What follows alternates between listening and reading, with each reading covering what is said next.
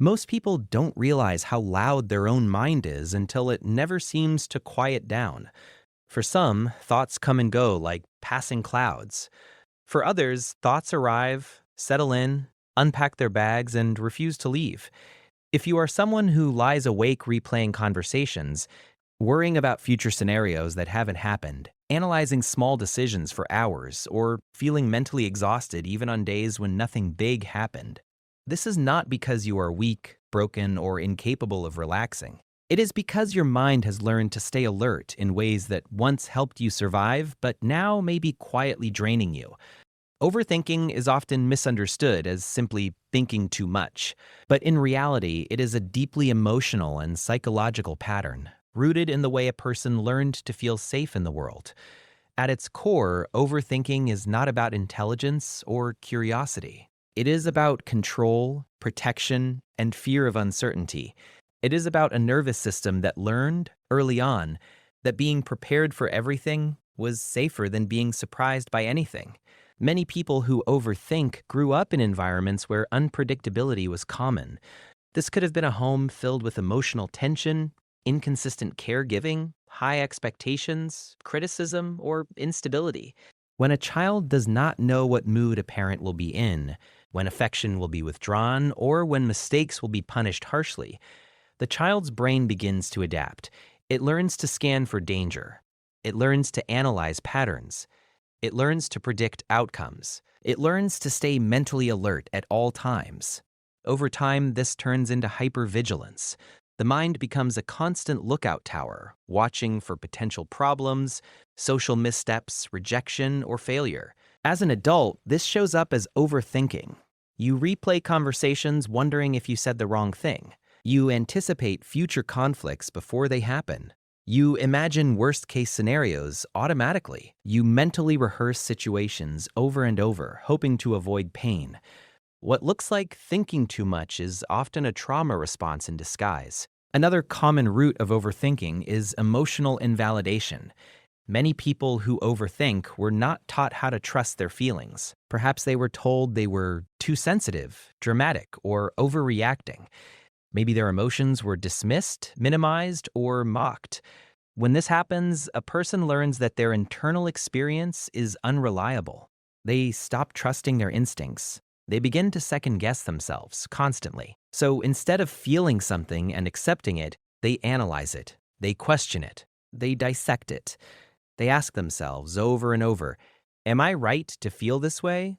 Am I being unfair? Am I imagining things? Overthinking becomes a way to search for certainty in a world where emotional clarity was never modeled. Perfectionism also plays a powerful role. Many overthinkers learned that love, approval, or safety depended on performance.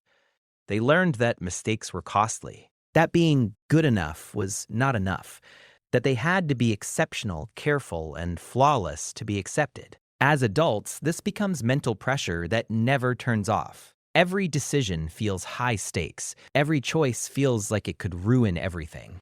Every interaction feels like it is being silently graded. So the mind tries to optimize everything. It analyzes every possible outcome. It looks for the perfect response. It searches for the safest option. But perfection never arrives, so the thinking never ends. In daily life, overthinking often feels like mental exhaustion without physical cause. You wake up tired even after sleeping. Your mind feels busy even during quiet moments. Silence feels uncomfortable. Relaxation feels unnatural. When there is nothing to worry about, your brain invents something. Small situations become major mental events. A delayed text turns into a story about rejection. A neutral tone becomes proof that someone is upset. A small mistake becomes evidence that you are failing. You do not simply experience life. You mentally review it in high definition, slow motion, and replay. Relationships are deeply affected by this pattern. Overthinkers often love deeply, care intensely, and notice subtle emotional shifts. But they also doubt constantly.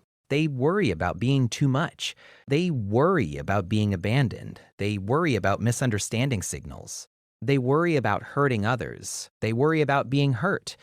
So they analyze every word, every pause, every facial expression. They may reread messages multiple times. They may hesitate to express needs. They may suppress emotions to avoid conflict. They may seek reassurance but feel ashamed for needing it. Inside, they are fighting two battles at once. One is the desire for connection. The other is the fear of vulnerability. Overthinking also has a strong relationship with anxiety. When the mind is always scanning for danger, it rarely rests in the present. It lives in the future and the past. It jumps ahead to what might go wrong. It jumps back to what already went wrong. The present moment becomes something to pass through rather than inhabit. This creates chronic stress. The body remains in a low-level fight-or-flight state. Muscles tense. Breathing becomes shallow. Sleep becomes fragmented. Digestion is affected. The immune system weakens. Over time, mental overactivity becomes physical exhaustion. Yet many overthinkers blame themselves for this. They tell themselves they should just relax. They criticize themselves for being negative. They feel ashamed for not being able to shut their mind off. This self-judgment only deepens the cycle. Because overthinking is not a flaw. It is a strategy that once made sense. At some point in your life, thinking ahead kept you safe. Being careful protected you. Anticipating problems helped you avoid pain. Analyzing people helped you survive emotionally. Your mind learned that vigilance was necessary. But the problem is that the brain does not automatically update its software. It keeps using old survival programs long after the danger has passed. Healing begins when you understand this with compassion. You are not broken. You are adaptive. Learning to quiet an overthinking mind is not about forcing silence. It is about building trust with yourself. It is about teaching your nervous system that it is allowed to rest. One of the most important steps is learning to separate intuition from anxiety. Anxiety is loud, repetitive, and urgent. It demands certainty. It catastrophizes. It says, what if? What if? What if? Intuition is calm, grounded, and steady. It does not scream. It feels like a quiet knowing. When you overthink, you are often listening to anxiety and mistaking it for wisdom. Another step is learning emotional literacy. Instead of analyzing your feelings, practice naming them. I feel disappointed. I feel scared. I feel lonely. I feel uncertain. Feelings do not need justification to exist. They need acknowledgement. When emotions are felt directly, they pass. When they are analyzed endlessly, they get stuck. Boundaries also matter. Overthinkers often take responsibility for other people's emotions. They feel guilty easily. They over-accommodate. They try to manage how others feel. Learning that you are not responsible for everyone's reactions is freeing. Rest is not laziness for you. It is medicine. So is play.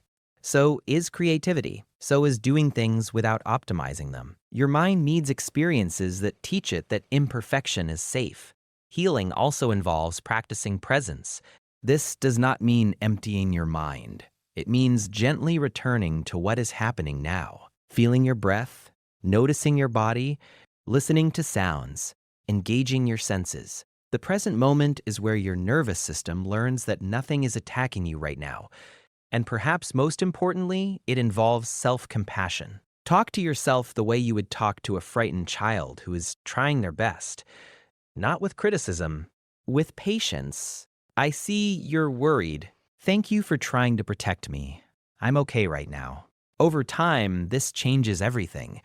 You begin to trust yourself more. Decisions become easier. Silence becomes softer. Thoughts become visitors instead of dictators. You still think deeply. You still care. You still reflect. But you are no longer trapped inside your own mind. Overthinking does not disappear overnight. It loosens gradually as safety grows inside you. And that safety is something you can build.